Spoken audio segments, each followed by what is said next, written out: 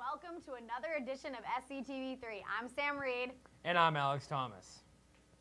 A stressful time of year for many juniors and seniors as they showcase their unique talents and passion for education. It's time for Scholars in Action Day. This year it will take place next Tuesday, the 16th. You may be wondering what it is and how it works. We will have a breakdown. Professors choose to sponsor one of their students or members of their major to showcase their talent and creative skills, portraying their major or in the academic field. They create a project and showcase their work in front of a panel of judges. All students are welcome and encouraged to go. This event will take place at Judd Gymnasium, full auditorium in the Union all day, so make sure you check it out. And April is here, and to many SC students, this means closer to summer breaks, Stayuka, spring concert, nicer weather. But what you probably didn't think of is Sexual Assault Awareness Month here on campus. Females, listen closely. 1 out of every 6 women will experience rape or attempted rape in their lifetime, while 1 in every 10 victims are male. And in case you were wondering what the female silhouettes are hanging around the residence halls, the 1 in 6 campaign chose to portray the 1 in 6 women who are sexually assaulted by putting a hole in the heart of 1 in 6 silhouettes.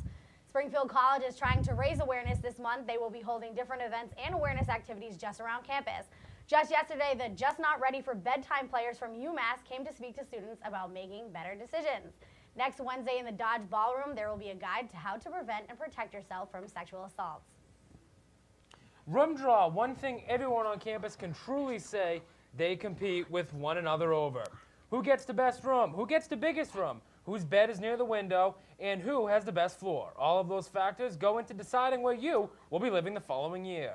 Each student is given a personal number at random by dividing things such as GPA, credits, and such. It is on a first-come, first-served basis. Last night was room draw, and we got a closer look. Let's check it out.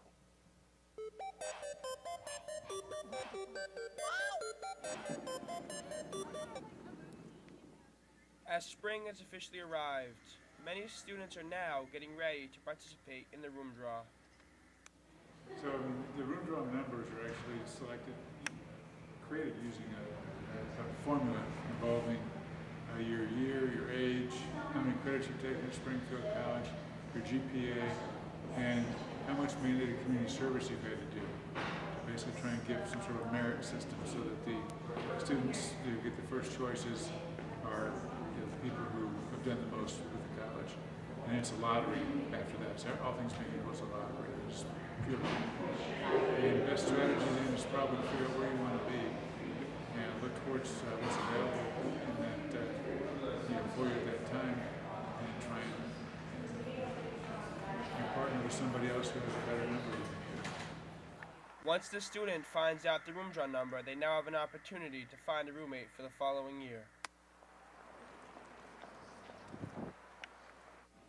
Some of my residents have asked me about room draw, and some of the questions that they've had have included where room draw is, which is held in Judd Gymnasium, and when it is, which is this upcoming Wednesday. And basically other questions about room draw have included what are the housing options for mid-year students, and that's alumni, Abbey, Lakeside, and Indy. And lastly, they've asked me the general process, which is you go to Judd when you're assigned to pick your room. So the number, based on the number you have been given, you go then and then you pick your room. Sophomores and juniors both have a chance to live in either Abbey Appleton, Alumni Hall, or International Hall. Juniors also have a chance of living in living centers, and seniors have townhouse or senior suite. Alright, for room draw, my number was pretty good. It was about what I thought it was going to be. Me and my roommate this year are going to room together next year too. We're actually going to room at Inty. Obviously you can't see it, it's all the way over there. We're probably going to room at International next year. We're excited. The room draw will officially take place on Wednesday, April 10th from 6 to 9 p.m. in Judd Gymnasia. For SCTV3, my name is Jordan Carnes. Hey, Rob! So sad that I don't have to do that anymore. But on a positive note, Be The Match is ready to be at Springfield College again. Phil Byer, as previously stated, a football player who was a bone marrow match for a sick child. is on the SC football team and has continued the fundraiser with all the other football players. And football player Brian McDonald wanted more. He has created the Be the Match campaign theme song, and they will be filming here on campus on Sunday. Different locations will include the football field, the field house, the health center, King Street, and all of the other sports facilities. Brian McDonald invites all students to come be a part of the Be the Match campaign music video. It would be greatly appreciated, and it will be taking place throughout the day on Sunday. Lake Massasoit is similar to that of a monument on our campus. Not only that, but it's also not only part of the campus, but a part of a great portion of the city of Springfield itself. Most of it's located around it. But what does Lake Massasoit consist of, and how clean truly is it?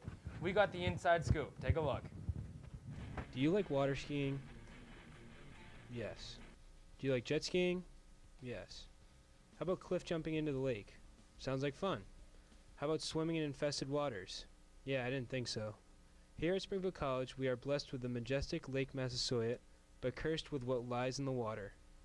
Goes back to the early time where it was originally just a creek that ran along what was known as Mill Street, and it's now Alden Street, was dammed for the mill power. At that time, Springfield Riflery also would do test firing into the banks of the lake. So with that, combined with storm runoff from streets, some of the more historic homes around the property still being on old septic tanks, there's a great deal of contamination that goes into the lake, which is why there are high levels of E. coli. For that reason, the city deems it unsafe to swim in Lake Massasoit or Watershops Pond, as well as to consume anything that comes out of the lake. Even though it may seem refreshing to jump in the lake, Springfield College students are well aware of what has gone into the lake in the past. I wouldn't go swimming in Lake Massasoit because of the dead bodies that are in there.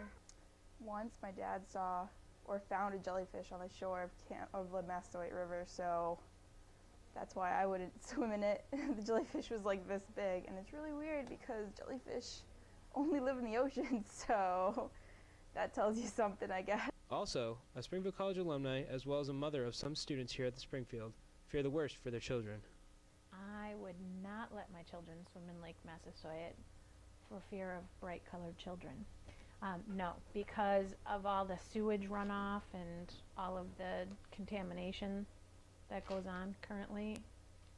So I wouldn't want them swimming in that. I don't think it's healthy. For SCTV3, this is John Santer. Thank you. And now we are going to send it over to our very own Candace with weather. Candace?